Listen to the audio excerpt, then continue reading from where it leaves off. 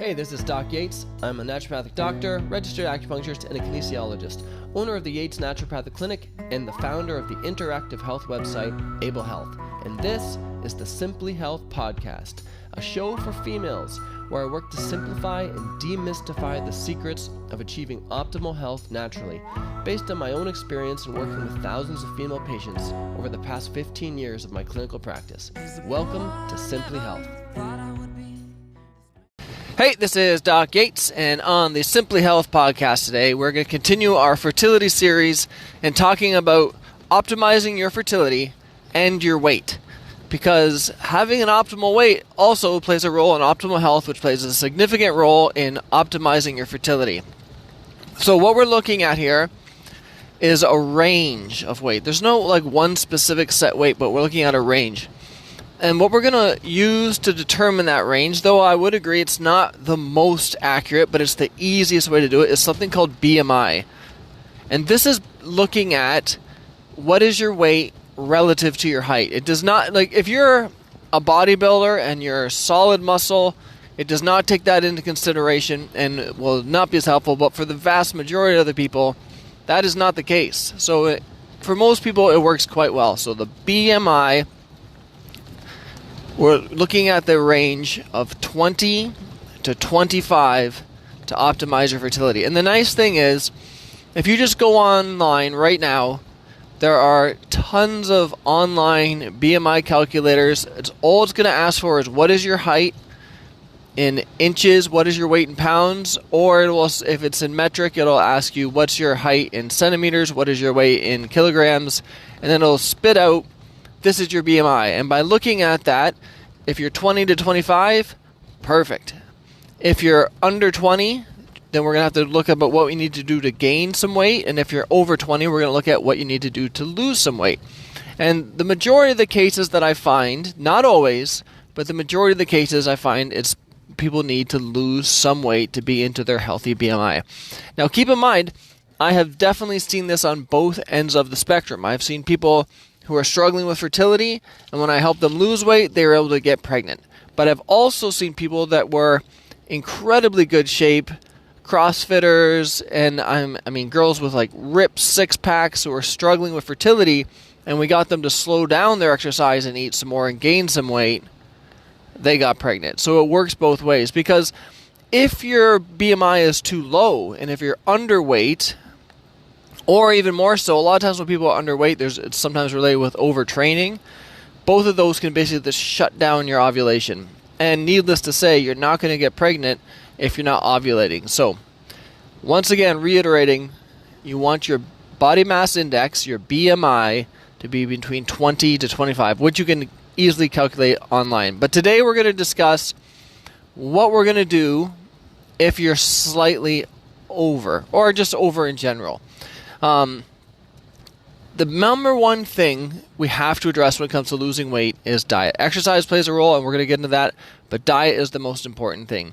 And if we're going to be picking a diet to help you lose weight, we better be picking a diet that's also going to improve your fertility and your health, because those all go hand in hand. You could go on a starvation diet where you're basically just living off of coffee and chips, and you could probably lose weight, but I don't think that's going to be good for your fertility or for your health. So what you want to focus on is generally a low-carb diet. And when the carbs that you actually want to cut out, rather than a full no-carb diet, though you can do that if you're actively trying to get pregnant, I wouldn't. So I wouldn't go full keto when you're actively trying. But if you know that you've got a lot of weight to lose and you need some time to get that off, then you can go no-carb. But if it's just a small amount of weight to lose, I would suggest low-carb. And like I said, the carbs that we want to cut out right off the bat are the refined carbs. So the white flours, the white sugars, the processed foods, the things when you look at the package, it's all wheat, corn, soy, and sugar. That's the stuff we want to cut out. The carbs from some root vegetables, those types of things would stay in, but the carbs from processed grains would be the ones that come out. So you want to have a diet of low carbs, lean meats, mixed vegetables, and then definitely nuts and seeds. The nuts and seeds are going to help you with your minerals and healthy fats. the lean meats are going to give you the protein. The mixed veggies are going to give you the antioxidants, vitamins, and minerals that you need for fertility. Which now takes us to the exercise. You want to make sure that you're exercising on a regular basis, so probably 5 days a week.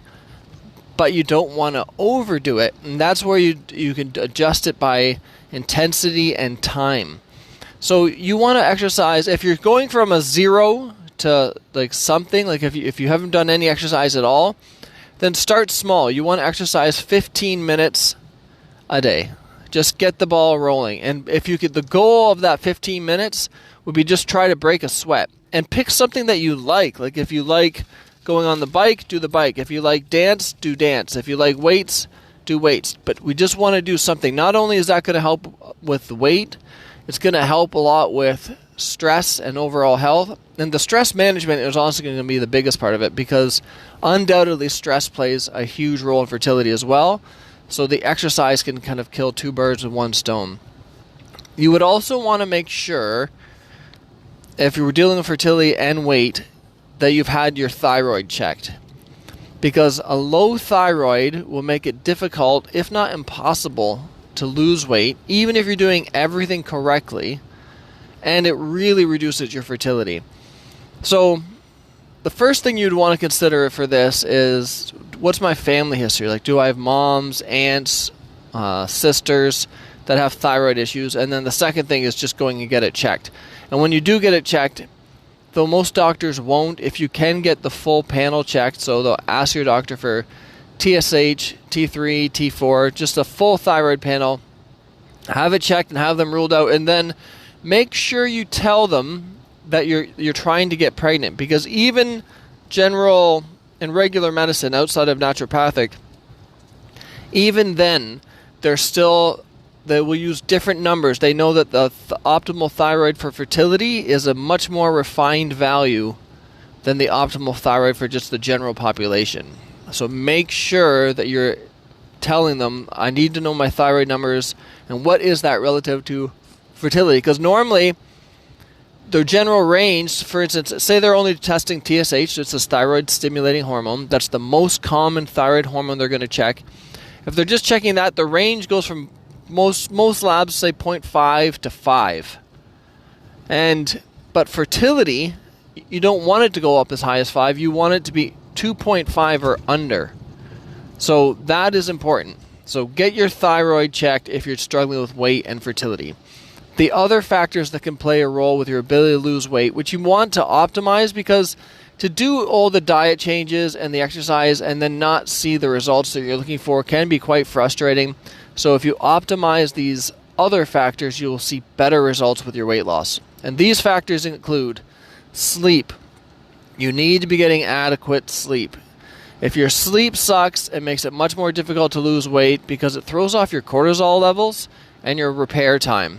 So make sure you're getting a good sleep. One of the easiest ways to do that, if it's just like a restless sleep, start with magnesium. There's not going to be any side effects unless you take too much and it gives you a loose stool. Then you can just back off. But magnesium can help you get into a deeper sleep, and you don't have to worry about any long-term issues for that. Stress.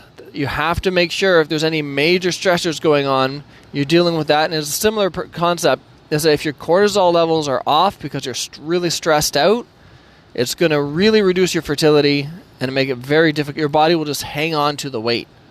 So if there's any big stressors, do your best to sort those out. Or if there are small stressors, come to that realization, these are small stressors and you have to stop letting them get to you. It's going to be something you need to either fix or realize it's not a big deal. Constipation. Constipation can affect your hormone balance, and it can really slow down your ability to lose weight. So all we're trying to do here is just make sure that you have at least one proper bowel movement per day. And what does that mean, a proper bowel movement? It means that it's formed, and it means that when you're done going, you actually feel like you're done. You don't feel like it's just a small rabbit pellet amounts. You actually feel like you're emptied out. And lastly, medication. And this is something you'd want to work with your doctor with, to say, is there any medications that I'm on that would be contributing to weight gain, because that's very common with antidepressants or anti-anxiety medications, and often they can switch you to something else that won't have such a negative impact on your weight. So I know you're thinking, well, you know what? I have tons of friends that are overweight and they got pregnant. Yep, 100%. But the goal, we're not talking about them, we're talking about you. And if you're struggling with fertility, you want to make sure that you're optimizing everything that can play a role with your fertility. And weight is, without question, well studied and documented that it plays a big role. So you want to optimize your weight. Don't worry about what everyone else is doing. As I've mentioned, and I'm sure you can think of this too, I know lots of people who drink a ton of beer and don't have beer bellies, though the vast majority of them do. And I know lots of older people that smoke and have smoked their whole life, and they don't have lung cancer, though the vast majority of them often do.